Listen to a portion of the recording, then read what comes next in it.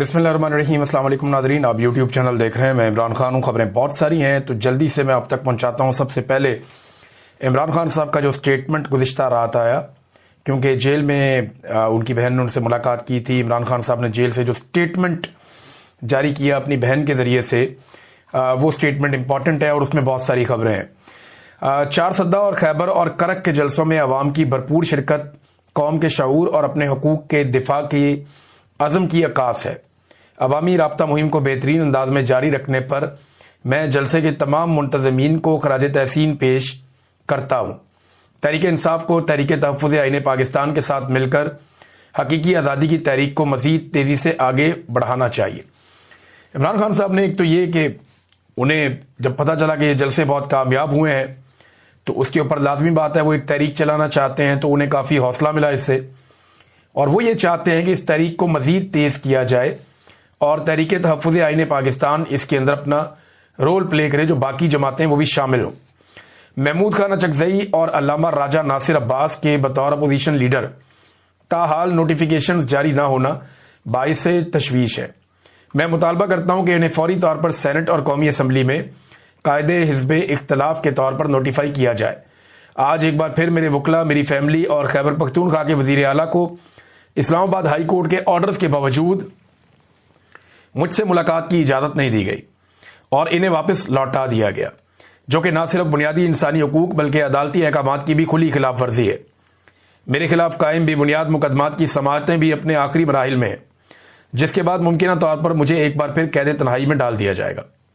मैं पार्टी के तमाम कारकुनान और सीनियर वकला को हदायत देता हूँ कि इस खुली तौहीन अदालत के खिलाफ फौरी तौर पर आला अदलिया से रुजू करें और पटिशन दायर करें। इसी तरह अलकादर ट्रस्ट केस में ताखीरी हरबों के हवाले से भी हदायत करता हूं कि उसके खिलाफ भी अदालत से रुजू किया जाए और समाअत की तारीख लिए बगैर अदालत से बाहर ना आए।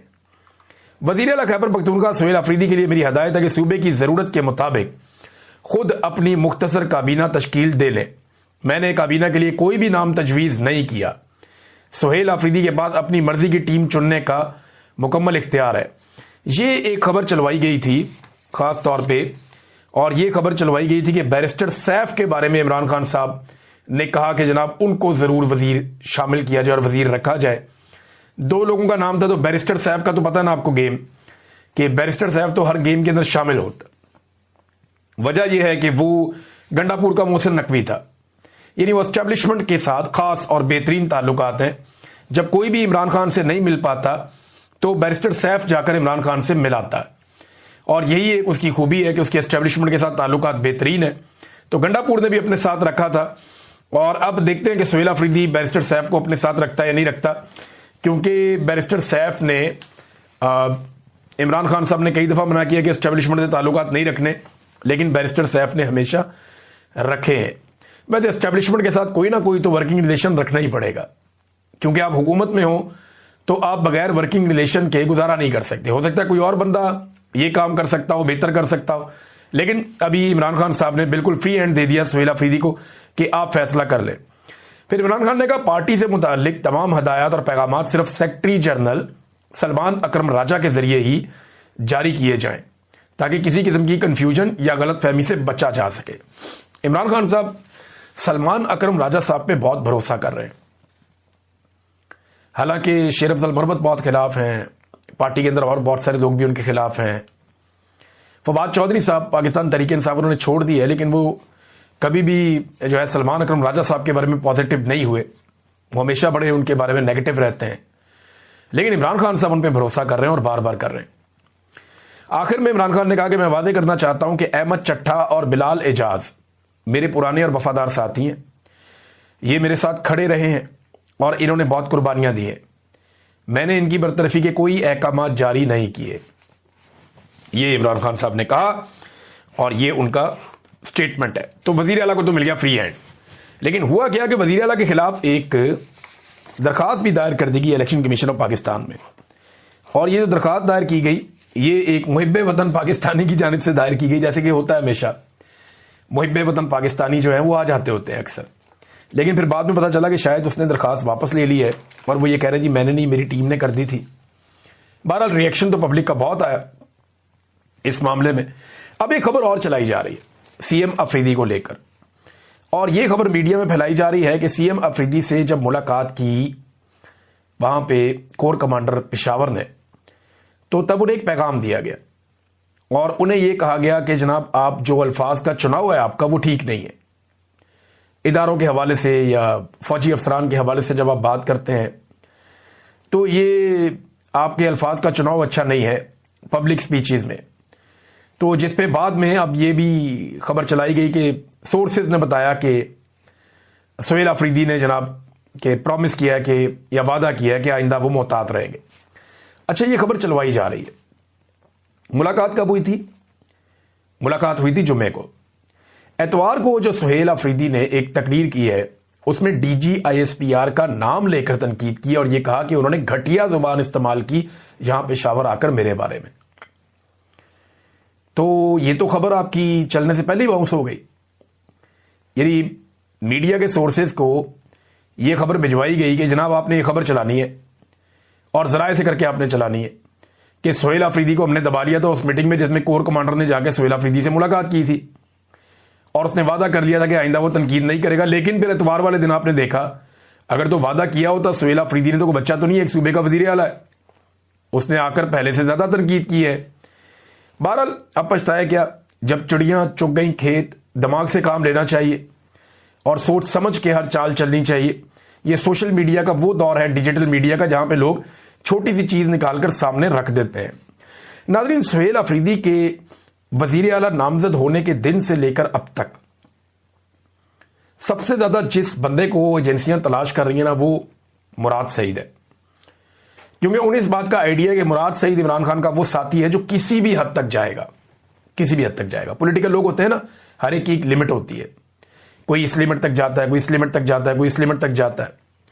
यानी असद कैसर साहब इमरान खान साहब के वफादार साथी, लेकिन जब वहां पे एक रूलिंग देनी थी कौमी असेंबली में इमरान खान साहब के दौरे हुकूमत में, तो वो कासिम सूरी ने आकर दी थी। तो हर एक का अपना अपना लेवल होता है। एक वक्त आए इमरान खान साहब के बहुत सारे साथियों की बस हो गई, छोड़कर चले गए, बहुत सारे उनके साथ खड़े रहे। गंडापुर इमरान खान साहब का वफादार साथी है, लेकिन उसकी एक लिमिट है ना, उस लिमिट से आगे नहीं बढ़ पाया वो। हाँ, लेकिन गंडापुर से गलती ये हुई कि वो बात कोई और करता था, काम कोई और करता था। वो जब कॉलो फेल में तजाद आ जाए तो फिर पब्लिक नहीं छोड़ती, जब उन्हें समझ आ जाए तो। अब मुराद सईद जो है वो टारगेट है सबसे बड़ा, टारगेट नंबर 1, इसको पकड़ो, गिरफ्तार करो। तो एजेंसियों को टास्क मिला हुआ है और दबाव बहुत बढ़ गया है कि मुराद सईद को पकड़ो। अभी सवात के एक होटल के अंदर दर्जनों बंदों ने छापा मारा हफ्ते की रात को, और बड़ा शदीद छापा मारा। यानी हफ्ते की रात तो नहीं, हफ्ते की सुबह बन रही थी, जुमे की रात लेट नाइट था, तो वहां पे छापा मारा, बड़ी कोशिश की। दर्जनों बंदे थे सादा कपड़ों में, वहां काफी धक्कम पेल भी हुई, दरवाजे खुलवा के जनाब धक्के दे दू के उन्होंने चेक किया। किसी ने उन्हें कह दिया कि ये होटल के अंदर मुराद सईद है। मुराद सईद किसी होटल के अंदर ठहरेगा? अभी तक रियासत उन्हें पकड़ नहीं सकी, लेकिन मुराद सईद से इनको प्रॉब्लम बहुत ज्यादा है और उन्हें यह लगता है कि इमरान खान साहब का इतना वफादार आदमी जब तक बाहर रहेगा तब तक सुहेल अफरीदी के ऊपर भी बहुत दबाव बना रहेगा। है वो एक्सटेंशन का है, और जब तक एक्सटेंशन मुकम्मल नहीं हो जाती किसी किस्म का एडवेंचर पाकिस्तान में नहीं होना चाहिए। और ये बहुत ज़रूरी है कि तमाम आवाज़ें खामोश रहें, एक्सटेंशन के रास्ते में कोई रुकावट ना आए। देखिए, आर्मी चीफ को एक्सटेंशन लेने के लिए 2 जगहों पे लोगों को खुश रखना पड़ेगा। नंबर 1, मौजूदा हुक्मरानों को हाथ में रखना पड़ेगा ताकि किसी किस्म की कबाहत ना आए। यानी वो सारी पॉलिटिकल पार्टीज जो PDM का हिस्सा थीं और जो इमरान खान के खिलाफ हैं, 2 ही किस्म की पार्टियां पाकिस्तान में रह गई हैं, एक जो प्रो इमरान है और दूसरी जो है वो एंटी इमरान है। इमरान खान इतनी बड़ी पॉलिटिकल एंटिटी बन गए हैं कि अब या तो आप उसके खिलाफ हो सकते हैं या आप उसके हक में हो सकते हैं। तीसरा ऑप्शन तो पाकिस्तान में अब दिखाई नहीं देता। तो इस वक्त सबसे इंपॉर्टेंट, क्योंकि एक्सटेंशन है, तो उन लोगों को खुश रखना, वो पॉलिटिकल पार्टीज जो इमरान खान के एंटी हैं, ताकि जो एक्सटेंशन है उसका टाइम मुकम्मल हो जाए। और ये नवंबर के इख्तिताम तक ये करना पड़ेगा। दूसरा, जो बैरूनी आका है पाकिस्तान के, जिनके इशारों पर पाकिस्तान की मिलिट्री एस्टेब्लिशमेंट हमेशा से अपने फैसले करती है और अपनी पॉलिसीज बनाती है। मिसाल के तौर पे कभी कहते हैं कि ये मुजाहिदीन है, फिर कहते हैं नहीं ये दहशतगर्द हैं, फिर दोबारा कहते हैं नहीं ये मुजाहिदीन है, फिर कहते हैं नहीं ये तो दहशतगर्द है, फिर कहते हैं जी हमने इनको लाकर बसाना है, तो बड़े अच्छे लोग हैं, हमारे हमवतन है, और फिर कहते हैं जी इन्हें को चलना पड़ेगा, इनके खिलाफ एक और मिलिट्री ऑपरेशन करना है। सबसे जो ताकतवर आवाज है वो इमरान खान साहब की है, तो उन्हें काबू रखना बहुत ज़रूरी है। तो उसके लिए एक तो ये है कि तोशाखाना 2 का जो केस है उसे 27 नवंबर तक पहुंचा दिया गया, यानी 29 नवंबर को नया आर्मी चीफ आता है नॉर्मली, लेकिन 27 नवंबर तक जानबूझकर पहुंचा दिया गया ताकि कोई कबाहत ना रहे। वैसे भी 27 को जज कह सकता है तबीयत ठीक नहीं है, या वो ट्रैफिक जाम है, कुछ भी। पाकिस्तान में छोटे मोटे बहाने से भी 2-4 दिन निकल जाते हैं, और जरूरत पड़ी तो इसको मजीद लंबा भी किया जा सकता है। देखिए, अब जो GHQ हमला केस है, इस हवाले से या जो 9 मई के मुकदमात हैं, इन केसेस को भी वीडियो लिंक के जरिए समाअत की जाएगी। पंजाब ने इसकी मंजूरी दे दी है, और यानी कोई अगर रास्ता है इमरान खान साहब की आवाज़ बाहर आने का तो उसे बंद किया गया, और कोशिश ये की जा रही है कि एक्सटेंशन के मामला खैर आफियत के साथ मुकम्मल हो जाए। हालांकि कुछ टाउट्स गला फाड़ के बार बार ये कह रहे हैं कि जी एक्सटेंशन तो हो चुकी है, अब तो मुद्दत मुलाजमत 5 साल है, लिहाजा 5 साल के लिए ये वाला आर्मी चीफ रहेगा, और नेक्स्ट आर्मी चीफ जो आएगा वो भी 5 साल के लिए आएगा। और अगर इसी आर्मी चीफ को एक और एक्सटेंशन मिलती है तो इस आर्मी चीफ के टोटल 10 साल हो जाएंगे। चले देखते हैं कितने साल होते हैं, कितने नहीं होते हैं, तो मेरा रब जानता है। ख्वाजा आसिफ ने एक बात कही कि मुल्क न्याजी लॉ के तहत नहीं चल सकता। वज़ीर दिफा है पाकिस्तान के, ये इमरान खान साहब की उस बात का जवाब है जहां इमरान खान साहब कहते हैं कि मुल्क आसिम लॉ के तहत नहीं चल सकता। तो अब उसका जवाब दे रहे हैं ख्वाजा आसिफ कि वो न्याजी लॉ उन्होंने एक मुतारफ करवा दी टर्मिनोलॉजी, लेकिन मुल्क को जो है वो चलाना है, वो तो आइन और कानून के मुताबिक चलाना है। किसी और का ला तो इस मुल्क में चलेगा नहीं। जब तक मुल्क आइन और कानून के मुताबिक नहीं चलेगा, मुल्क आगे बढ़ेगा नहीं, और यही पाकिस्तान का मुस्तकबिल है। ये बात ख्वाजा आसिफ को भी पता है, नवाज शरीफ को भी पता है। नवाज शरीफ तो वैसे घोड़े बेचकर सो गए हैं, बिल्कुल खामोश हैं। भाई को वजीर आज़म बनवा लिया, बेटी को वजीर आला बनवा लिया, खुद जो है वो इंजॉय कर रहे हैं, लेकिन मियाँ साहब की सियासत बर्बाद हो गई है। ये एक तकलीफ उनके अंदर हमेशा मौजूद रहेगी। एक और बयानिया नाज़रीन बड़ा इंटरेस्टिंग है, और ये भी एक टाउट के जरिए कहलवाया गया। बयानिया ये है कि 9 मई हमारा 9/11 था। जब आप ये समझते हैं कि 9/11 उन्होंने खुद करवाया था, तो 9 मई भी फिर आपने खुद ही करवाया। इमरान खान साहब तो कहते हैं कि ये एक फॉल्स फ्लैग ऑपरेशन था और कुछ भी नहीं था, यानी ये फॉल्स फ्लैग है। नाज़रीन, खैबर पख्तूनख्वा में नए सूबाई वज़रा ने हलफ उठाया।